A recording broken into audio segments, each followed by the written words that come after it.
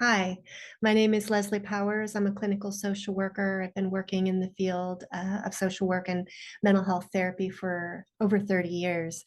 And this is my um, introductory foundational course called Alive and Thriving. My website is alivethrive.life, which is a blending of clinical social work concepts, psychology, and philosophy inspired by natural law concepts and principles. So this is part one that I'll be introducing, and there'll be multiple parts that follow up on the one previous.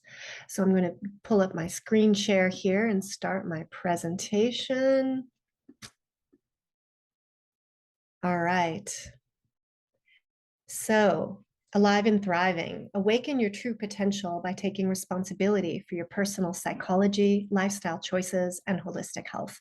Claim your sovereign freedom and free your soul as you are guided by natural law and right moral action. So, who is this presentation for? People who are on the path of awakening, who want personal development and healing, who seek true freedom and are willing to claim personal responsibility, people who value the truth, truth seekers, and are willing to admit when they're wrong, because we have all been fed lies and have worldviews and thoughts that are inaccurate. This is for people who care about the earth and other living beings, all sentient beings. We all want a better world, and this material also requires an open mind and people who are willing to do the work of personal transformation. If you're going to take away from this presentation that which I seek and wish for you. Is also the material involves a certain emotional and mental stability to have enough of that stability to handle being triggered, to be able to self-reflect and do shadow work. So if these qualities are not true about you, consider coming back later if and when you are ready. So why am I writing this?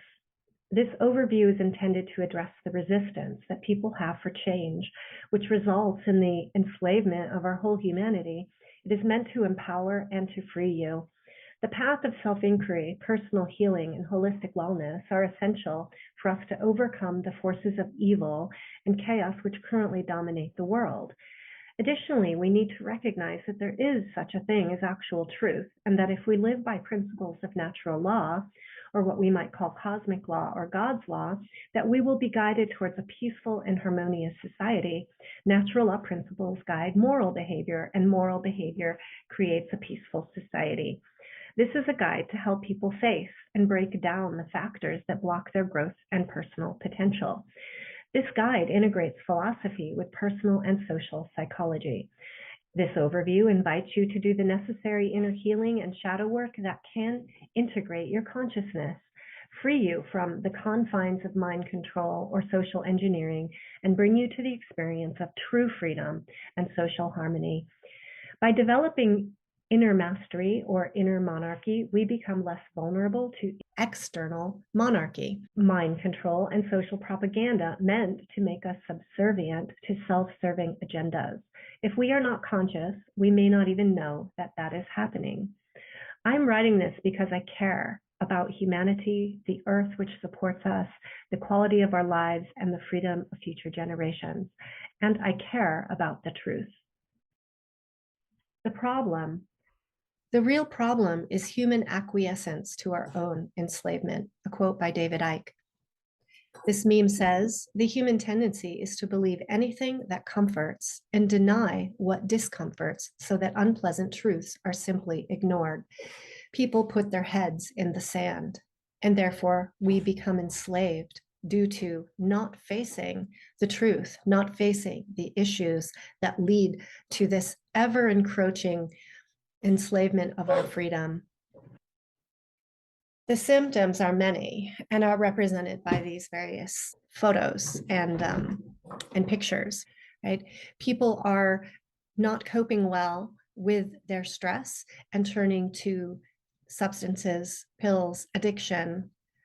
There's a ever increasing amount of depression and anxiety going on in our population. People are out for a good time, to just escape and just to feel good, to follow their pleasure, so to speak, without real moral guidance, moral compass.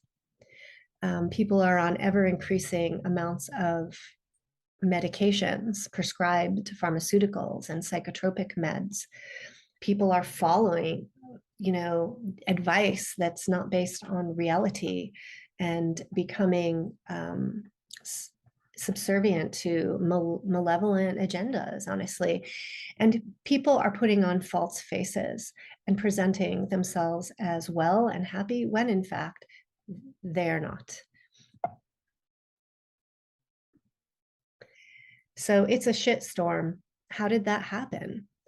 Being out of alignment with natural law creates chaos and pain and results in such things as relationship problems. Divorce rates are skyrocketing, domestic violence, child abuse, deep personal dissatisfaction and unhappiness, frustrations and resentments, conflicts in interpersonal relationships, addictions, avoidance patterns, chasing false gods, dependencies on external things, codependencies, victimhood, powerlessness, overcompliance, denying one's core needs, ignoring truth, thinking errors, overuse of defenses, depression, anger, rage, resentment, psychosis, confusion, dissociation, anxiety, fear, manipulation, denial, minimization, shutdown, artificial intelligence taking over people's jobs and roles, physical disease, physical pain, chronic fatigue, gaslighting, other mental illnesses, including psychopathy, Satanism, censorships, poverty, gluttony, selfishness in the sense of not thinking about others, oppression, violence, power and control dynamics, government, obfuscation, exploitation, disempowerment, overcompliance, violation of human rights, apathy, indifference. All of this adds up to a state of human slavery. We have a crisis of morality. This little boy expressing to his mom in this cartoon, "Hey, mom, we learned in school today that ethics and morality are stupid and old-fashioned." That's not really a joke, as that is happening. If we do not have a moral compass, natural and universal to all humans, then we lack a behavior guidance system and have no clarity about the boundaries we set. This will surely result in chaos and leave us vulnerable to external control. It is essential that we provide our children with natural law principles so they do have a moral compass and recognize that there is such a thing as right and wrong. So let's look a little bit at Kohlberg's stages of moral development. We want to be honest about what guides our decision making. He describes 6 stages. In the pre-conventional level, there is stage 1, which means that we are guided by obedience and the fear of punishment. We make decisions to avoid getting into trouble.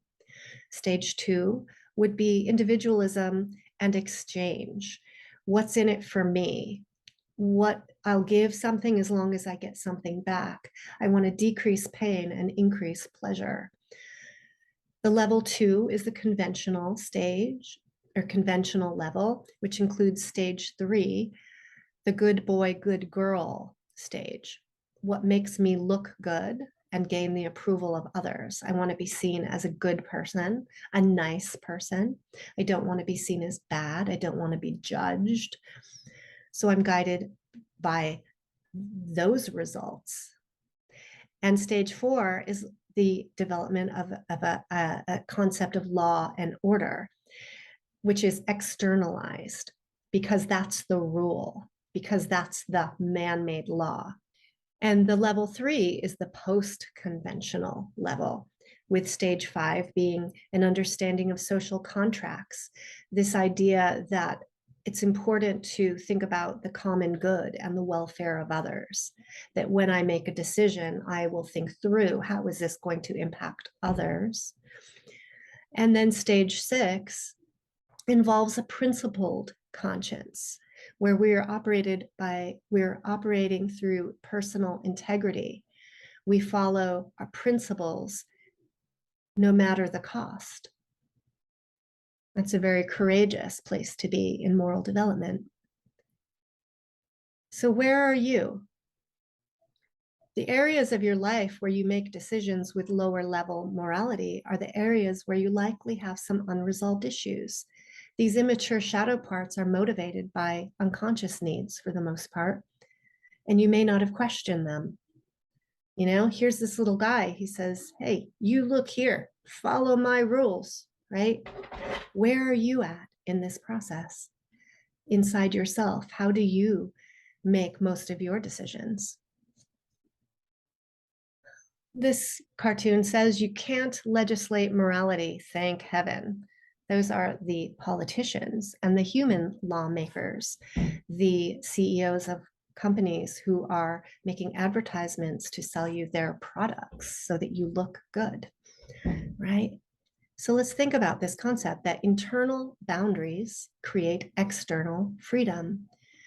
The filters or boundaries we live by must be internally set according to universal principles, or else we will be easily knocked off course and face internal and external chaos. Excuse my dogs. Sounds in the background. We will be subject to being guided by random events, ungrounded motivations, fleeting emotions, insecurities, unconscious thoughts, unresolved or unconscious needs, and base impulses.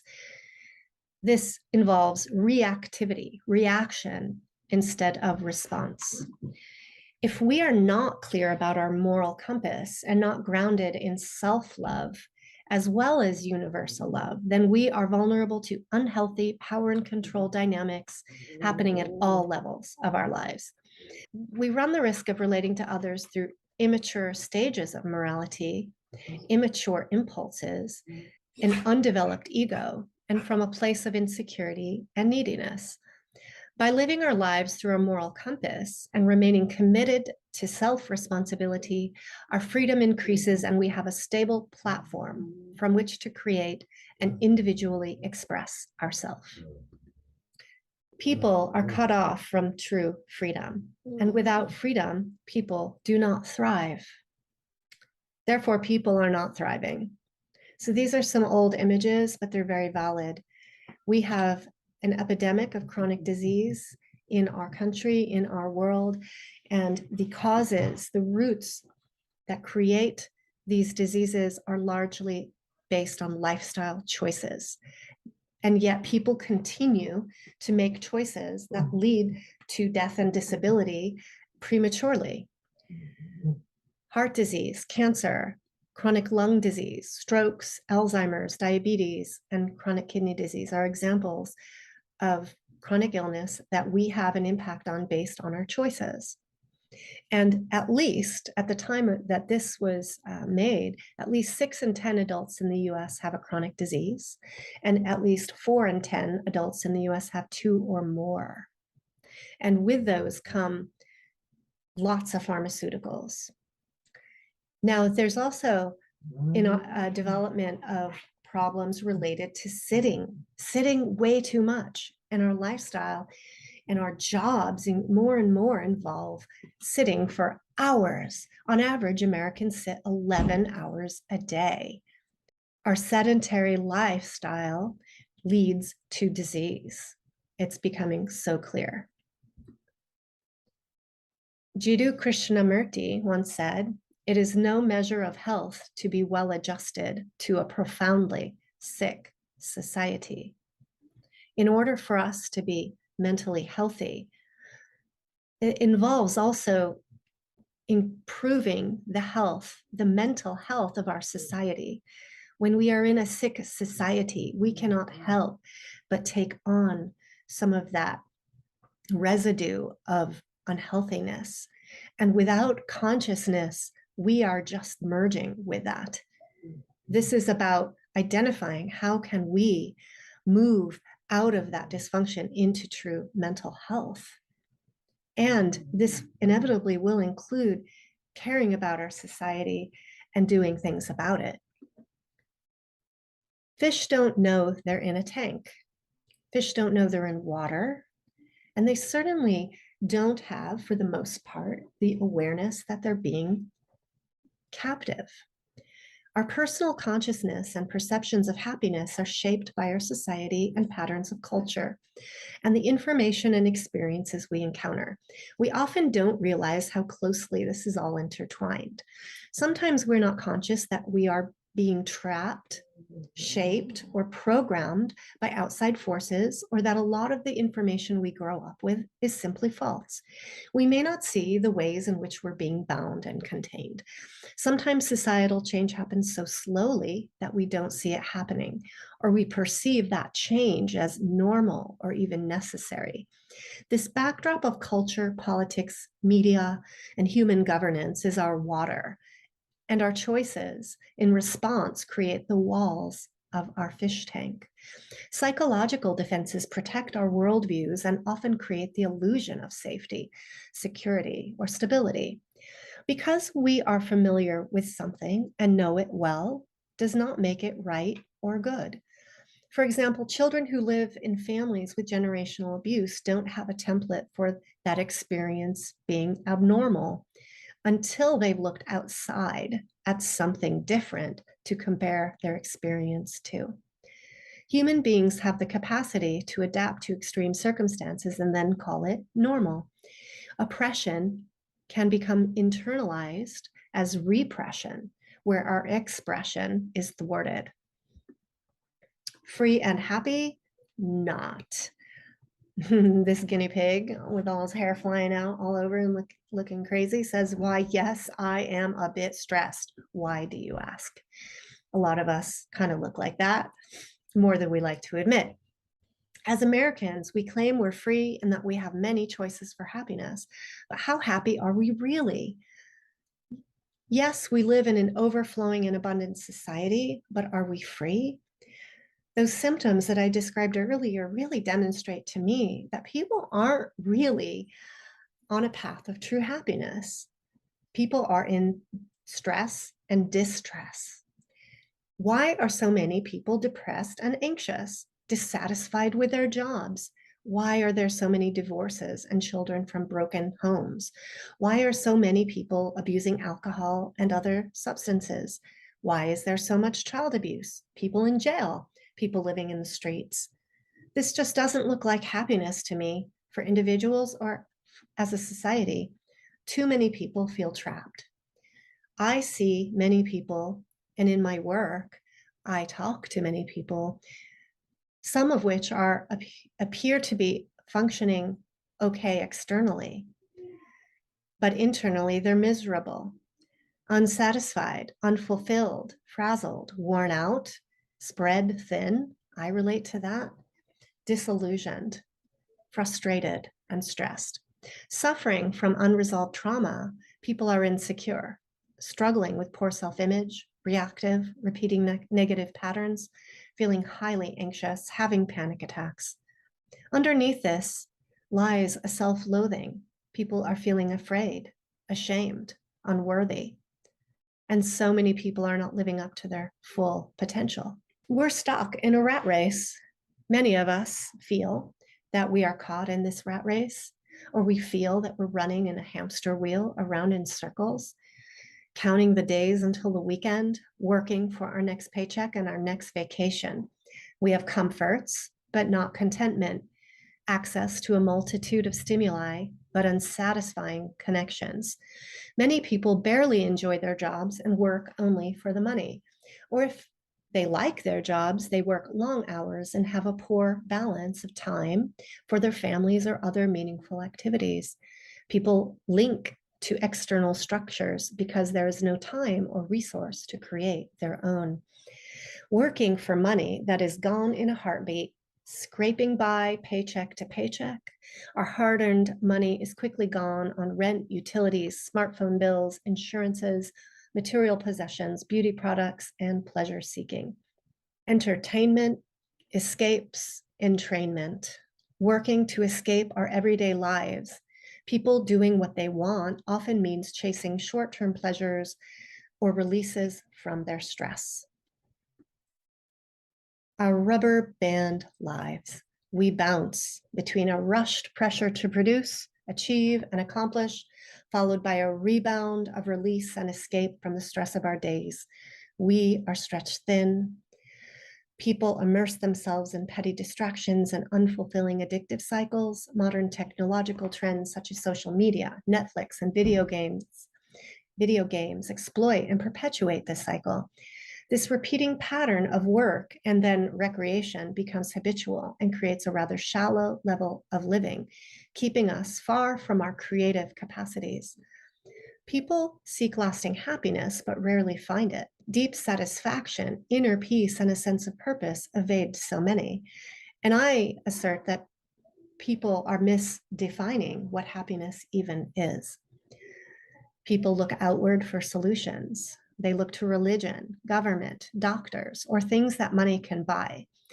Not only do these efforts come up short, they give the false presentation of being a solution when in fact they are a band-aid, or even worse, a cause of more problems. If we just treat symptoms and not heal the root of a problem, we perpetuate the negative pattern. Happiness and freedom will evade us. We can easily get ourselves stuck in a repeating cycle that is not taking us where we really want to go. Please take a look at your own life and how these patterns may exist for you. So clearly, something is seriously wrong here. We are running in circles, chasing our own tails like this dog. This is a trap. And our society is designed in such a way to create this situation. It is designed in such a way that we're chronically stressed out and harried. So we then turn mindlessly to those distractions and chase false profits. We experience learned helplessness. The external oppression becomes internalized, especially when we experience it from birth. We acquiesce. We become unconscious to the dynamics that we are living in. We perpetuate the trap with our own thoughts, our own behaviors. We say things like, we can't change it, so we might as well join it, right? And we become slaves to the status quo in our pursuit of normal, our pursuit of okayness, our pursuit of feeling good. This happens at micro and macro levels of our lives. In effect, we allow our own entrapment. And, I ask this question, is it enough to say this is just how it is, so just accept it? And I say no, absolutely not. We have to change this dynamic as much as possible. So what do I mean by happiness? When I refer to happiness as being a worthy goal for humans, I am not referring to happiness as an ephemeral, transitory mood state. I refer to it in the context of aligning with purpose, well-being, flourishing, thriving, and striving towards our positive human potential. The condition of happiness is possible for every human. To be happy in life, one must experience the full spectrum of human emotion, which includes feeling states such as enjoyment, sadness, fear, anger, and disgust in all their ranges. John Lennon once said, "When I was 5 years old, my mother always told me that happiness was the key to life. When I went to school, they asked me what I wanted to be when I grew up. I wrote down happy. They told me I didn't understand the assignment, and I told them they didn't understand life." We are taught to pursue money-making pursuits rather than to value a state of consciousness such as happiness created by truth, freedom, and love. I have a presentation called Real Happiness, What It Is, and Why It's So Important to Cultivate as we do the One Great Work that you can find on my website, alivethrive.life, or on the One Great Work Network to learn more about the concepts of happiness. So thriving is living up to our creative potential. Thriving is being whole, living with the freedom to fully express our unique selves without coercion, oppression, or violence. Thriving is being empowered. This image is one representation of the difference differences in our state of being, from being in crisis to struggling to surviving to thriving. And I'll just share a little bit from this. To be in crisis is a state of feeling in danger, feeling at risk, with fears that you may not survive this. There's a physiological reaction in your body to that state. It's a disabling distress and can lead to a loss of function, can lead to panic attacks, nightmares, flashbacks, inability to sleep, intrusive thoughts, thoughts of self-harm or suicide, becoming easily enraged or aggressive, making careless mistakes, not being able to focus, feeling numb, lost, or out of control within oneself and one's behavior. Often it results in withdrawing from relationships or over dependencies on relationship, or dependence on substances, food, or other numbing activities to cope. Stepping up in functioning is struggling, where a lot of people live, kind of like, oh, this is really hard. I can't keep this up. How much longer can I do this? There can be persistent fear, panic, anxiety, anger, sadness, and hopelessness, exhaustion, poor performance, and difficulty making decisions or concentrating, avoiding interaction with coworkers, family, and friends, self-isolation. Usually there are physical aches and pains, fatigue, disturbed sleep, restlessness. People may self-medicate with substances, food, or other numbing activities. And then we'll step up to the state of surviving, where, many people may think this is the best it gets, but inside us, we have a nagging feeling that something just isn't right. There must be more. And here we experience a backdrop of nervousness, sadness, mood fluctuations. Our performance in the world and in our jobs and our life is inconsistent. We're more easily overwhelmed, irritable. We may have an increased need to feel in control and difficulty adjusting to change. Again, trouble sleeping, eating issues, engaging in activities and relationships that we used to enjoy just seem less interesting, maybe even stressful. We're avoidant. And we experience a chronic state of muscle tension, low energy, and headache. And then in this diagram, they're calling thriving, which I think is even still below the level of thriving we're capable of, is what I would consider what we, just normal is. I've got this. Having calmness with steady moods, only minor fluctuations, like what our emotions are full in their expression, but they're within this range of tolerance where we can manage them, where we're expressing and metabolizing our emotions. We're able to take things in stride. Our performance is generally consistent. We're able to take feedback and adjust to changes in plans, to solve problems with people. We're able to focus, communicate effectively, and our sleep patterns are normal and our appetite healthy. Look at your own life and reflect, where are you at on this continuum? So all the little things add up, and all the little things are the big things. They set a precedent for future patterns. In our busy lives, we lose the forest for the trees. Wrongdoing and evil sneak up on us. We all condone evil in one way or another. We let the small things slide. Sometimes we do so with the best of intentions. We think we're doing the right thing, but in fact, we're not. So examples of this may include encouraging a child to follow directions from their teacher, even when that person, that adult, is wrong.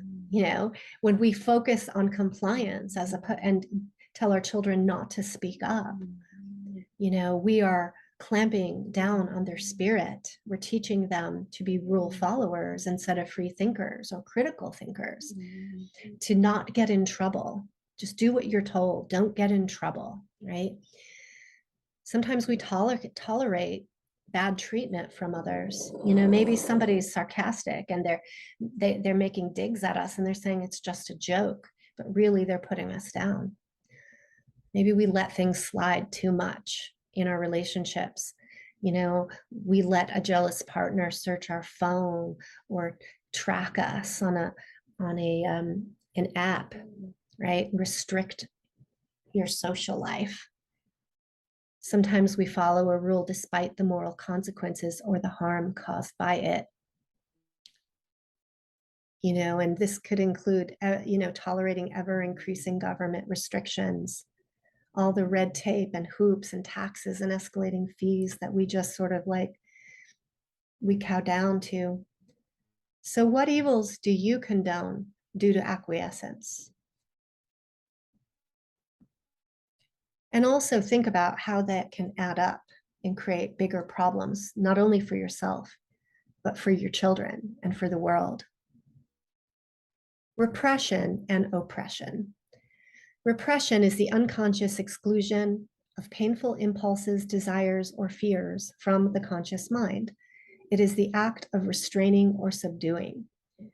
Oppression is arbitrary and cruel exercise of power, the exercise of authority or power in a burdensome, cruel, or unjust manner. External oppression in our childhood can lead to internal repression. Repression is a psychological defense mechanism meant to protect ourselves from emotional pain or punishment. Additionally, we may continue to treat ourselves in the unkind ways of our oppressors, thus perpetuating the cruelty inflicted upon ourselves. We take on the role of oppressing both ourselves and others, where we become really hard and rigid with ourselves, expecting perfection, giving undue criticism to ourselves for not being good enough. And then we let that roll onto how we treat others, our children, our spouses. So this cartoon here says, we went home. It's a picture of a couple. We went home. When the apartment door closed, I had a bizarre feeling. The wife says, I was already sorry.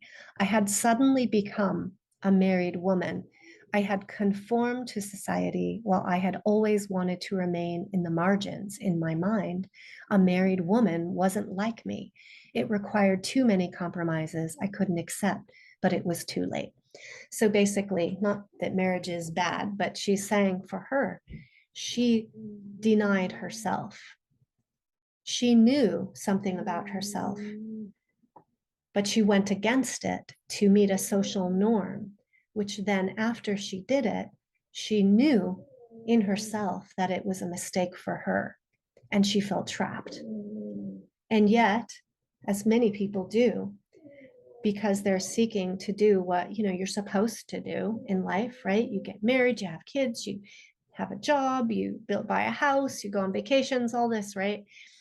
People live this out for years and years of their life, ignoring and burying and repressing their true hearts, their true self. So don't oppress yourself with negative self-talk or limiting beliefs.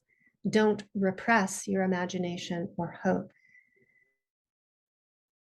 Be open to looking at the ways you have been oppressed by external forces and how that impacted your internal psychology and how you have adopted beliefs, worldviews, and behaviors that continue to oppress yourself. And then the next step is looking at the consequences of that. So here's some more definitions of repression and synonyms around it. To oppress means to keep someone down by unjust force or authority. The concept of authority is actually illegitimate. To repress is to hold back. And suppression is a broader and more common term, meaning to put an end to inhibit, and to keep from being revealed.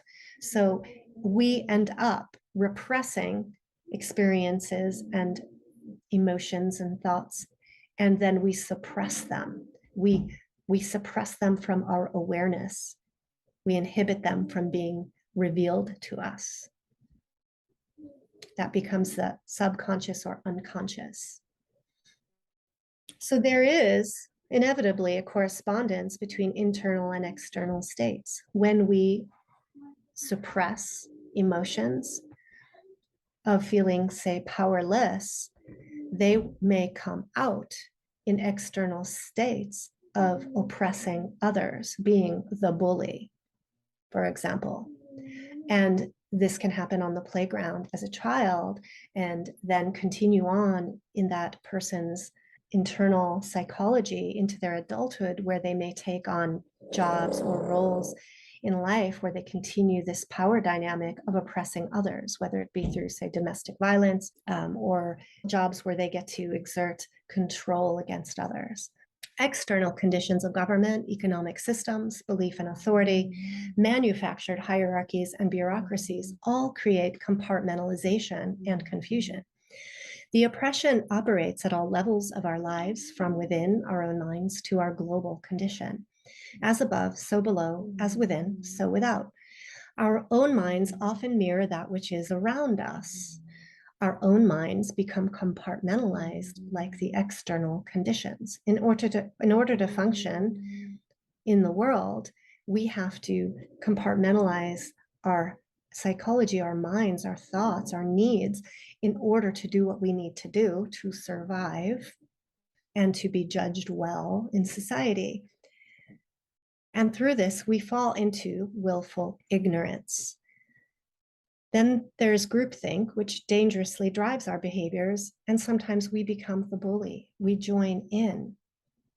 We're so busy that there's no time to question or examine these issues on all sides. Our minds are so powerful that we can convince ourselves of untruths in order to adapt, avoid conflict, and seek perceived peace. This allows us to tolerate and even justify oppressive situations. We may say it's for our own good. We betray ourselves, sometimes without intending to. We conspire with circumstances to perpetuate our own entanglement. We consent. We allow our victimhood. What is groupthink? This refers to a group making bad decisions because the group is more concerned about reaching an agreement or sticking together, and the individual is more concerned with fitting in. They may feel that that is about safety. It's a cultural phenomenon whereby group self-reflection is discouraged to preserve group identity and unity. Group cohesion holds a higher worth than critical thinking, which comes with the risk of being ostracized. I think of some work environments where it was very clear that the managers of the meeting did not want the group to reflect on the dynamics of the organization or speak up about it. It was not safe to do so, and therefore either people were unhappy or they left. But if you look at those people that stay and get promoted, they are generally falling into this pattern of groupthink. And sometimes we're waiting around for someone or something to save us, the savior complex. This is dangerous and can result in great passivity. Passivity or lack of action can be an expression of an external locus of control, meaning that we think that change happens external to us, that we don't have the power to change things. It has to be done by external structures or people. And therefore we become passive, and we may believe that somebody else has got this so that we don't have to do it. Believing that someone else has got this can make us sitting ducks instead. So what is locus of control? Locus of control is the degree to which people believe that they, as opposed to external forces beyond their influence, have control over the outcome of events in their lives. Internal locus of control is a belief that one can control one's own life and that events in their life derive primarily from their own actions. External locus of control is a belief that life is controlled by outside factors, which the person cannot influence or control, or that chance or fate controls their lives. Locus of control is a worldview outlook that has an extremely high impact on our mental health and our behaviors under stress, and clearly has a great impact on our degree of freedom. Self-efficacy and learned helplessness. Self-efficacy is an individual's belief in their innate ability to achieve their goals. We seek a high level of self-efficacy, where we have confidence in our own ability to take action, and that action have results that move us in the direction of achieving our goals. On the other hand is learned helplessness. When people feel like they have no control over what happens, they tend to simply give up and accept their fate. The term was coined from animal psychology. When an animal was repeatedly subjected to aversive stimuli that it could no longer escape, eventually the animal stopped trying to avoid the stimuli and acted helpless to change the situation. This giving up persisted even after presented with opportunities to escape. The same dynamic can be applied to situations involving humans. When people feel that they have no control over a situation, they may behave in a helpless manner and give up trying to change it, even when the solution is in front of them. It is a deliberate ignorance of contradictions that are right in front of them. So look at yourself and ask yourself where you may be operating from a state of learned helplessness. And how robust is your self-efficacy? People who seek power through controlling others attain positions where they can act out that power. Your best interest is usually not the priority, even if they say it is. People who attempt to control others, such as politicians, teachers, principals, law enforcement, etc. People who attempt to control others through coercion, rulemaking, arbitrary rulemaking, and laws have agendas, conscious or unconscious, that have nothing to do with you or your well-being. So it's an illusion to think that they are looking out for you. People who follow rules blindly are often acting immorally and putting others in potential danger, even when their intentions are good. When you call them a good person, they're really not necessarily doing good things by following along. So I put an example here of, police guarding discarded food. We have epidemics of homelessness. Think of how ridiculous it is, how much good food is thrown away because it was not purchased by an expiration date, or it wasn't eaten, in a restaurant.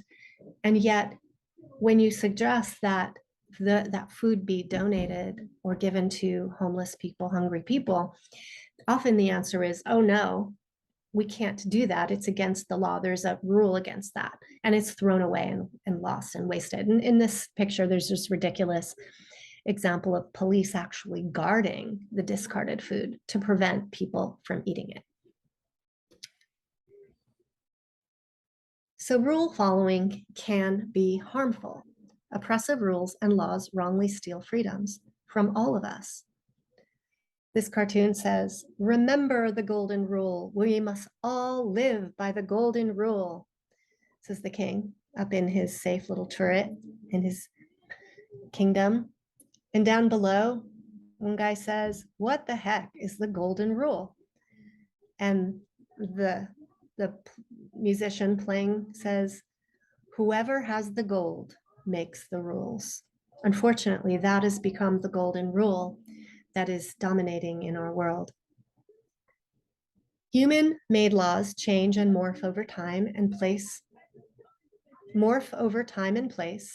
and at the whim of legislators.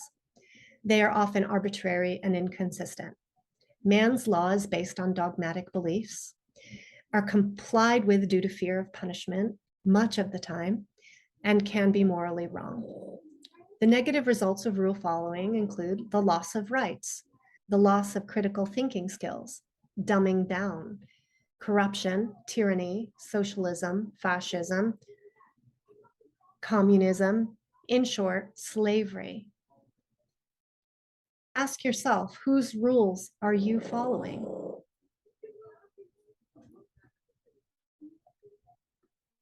And that is the end of part 1 of Alive and Thriving. And I look forward to seeing you again for part 2. Thank you so much for listening.